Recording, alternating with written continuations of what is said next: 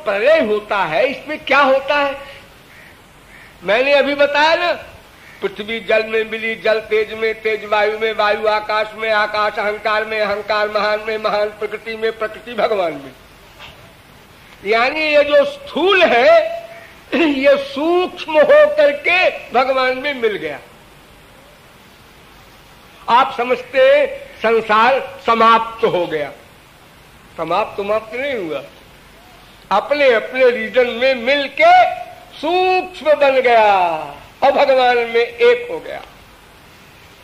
और जब आया तो भगवान से प्रकृति, प्रकृति से महान, महान से अहंकार, अहंकार से पंचन मात्रा, पंचन मात्रा से पंच महाभूत, एकादश इंद्रियां और विश्व प्रकट हो गया। और जो आया ये तो इसी के साथ साथ भगवान भी आए। भगवान वहां बैठे नहीं रहे गोलोक में। जैसे इस संसार में भगवान पहले व्याप्त थे और सबको लेके गए, ऐसे ही सबको लेके लौटे। सूर्या चंद्रमसौ धाता यथा पूर्वमकल्पयत, जैसे पहले सृष्टि थी उसी प्रकार। हाँ जी, ये तो ठीक है, लेकिन एक बात समझ में नहीं आती। क्या बात? कि भगवान तो सदा आनंदमय है, उनको कोई टेंशन नहीं, कोई अशांति, अतृप्ति, अपूर्णता नहीं, अल्पज्ञता नहीं। और ये संसार में तो अज्ञान और अशांति और दुख का ढेर है। अगर भगवान ही संसार बना तो ये सब क्यों है? वो आनंद कहाँ गया भगवान वाला जो व्याप्त है इसमें? हाँ, भगवान ने अपने आनंद को छुपा लिया है, क्योंकि उनका कानून है कि जो जीव मेरी शरण में आएगा उसको मैं ये आनंद दूंगा, बाकी सब चीज मैं दे रहा हूं। देखो, अग्नि होती है, अग्नि, आग, आग का क्या काम? जलाना। संसार को जला दे। लेकिन देखो, मैं 1 घंटे से बैठा हूं और नहीं जल रहा हूं। तो आप अग्नि में कहां बैठे हैं? ये जो आप प्रकाश देख रहे हैं ये अग्नि तो है। यानी अग्नि में प्रकाश करने का गुण भी है जो जलाता नहीं, जलाने का गुण भी है लेकिन प्रकाश करने का गुण भी है।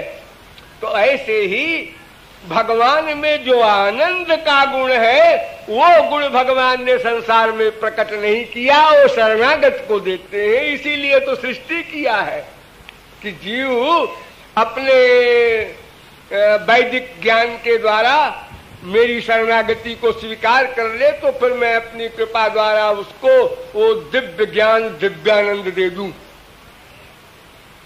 तो कारण कार्य से पृथक होता है, इसलिए भगवान संसार से अछूते हैं।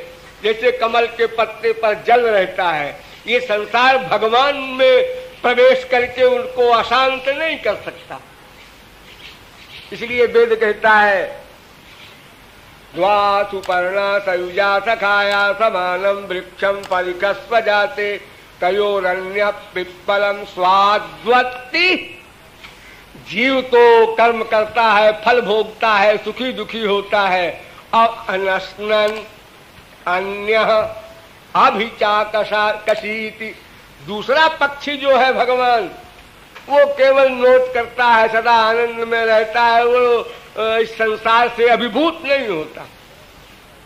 तो कारण कार्य से भिन्न है, लेकिन कार्य कारण से युक्त है। भगवान के बिना ये सृष्टि नहीं हो सकती।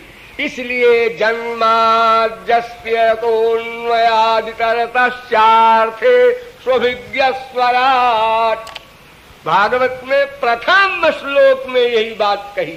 प्रथम श्लोक कि भाई देखो, जिससे सृष्टि हो उसी का नाम भगवान है, उसी का नाम श्री कृष्ण है। अस्तु, खोपड़ा भंजन हो गया आप लोगों का शायद। अब आगे चलिए। वो ब्रह्म जो वेदों में ब्रह्म नाम से विख्यात है, वही ब्रह्म श्री कृष्ण है। तो वो ब्रह्म सच्चिदानंद स्वरूप है, हाँ, और रस रूप भी है। ये पहली परिभाषा ध्यान दीजिए। श्री कृष्ण ही ब्रह्म है, स्वयं भगवान कृष्ण, कृष्ण परतत्व। गौरांग महाप्रभु कहते हैं अद्वय ज्ञान तत्व ब्रजे ब्रजेंद्र नंदन। श्री कृष्ण ही ब्रह्म है, श्री कृष्ण ही अद्वय ज्ञान तत्व है, और श्री कृष्ण रस रूप है। वेद कह रहा है रसो वै सः रसग्वं हेवायं लब्ध्वा नंदी भवति। रस रस, आप लोगों को आइडिया नहीं रस क्या बलाए है, इसे सुन लीजिए। रस दो प्रकार का होता है, रस्यते इति रसः, रसायति इति रसः। मैंने बताया था ना ब्रह्म शब्द का दो अर्थ, वही रस शब्द का भी दो अर्थ है। जो स्वयं आनंद स्वरूप हो रस, और जो रसायति दूसरे को रस पिला दे, आनंद दे दे। तो एक तो रस ब्रह्म है, और दूसरा रस जो ब्रह्म को आनंद दे और जीवों को आनंद दे। तो जो वेद कहता है रसो वै सः, उसका मतलब यह भी है रसो वै तस्मिन्, वह रस है और उसमें रस है। इसलिए ब्रह्म की परिभाषा में कहा गया आनंदेवाधस्तात् आनंदो परिष्टात् आनंद पुरस्तात् आनंद पश्चात् आनंदो दक्षिणतः आनंदो उत्तरतः आनंदे वेदग्वं सर्वम्।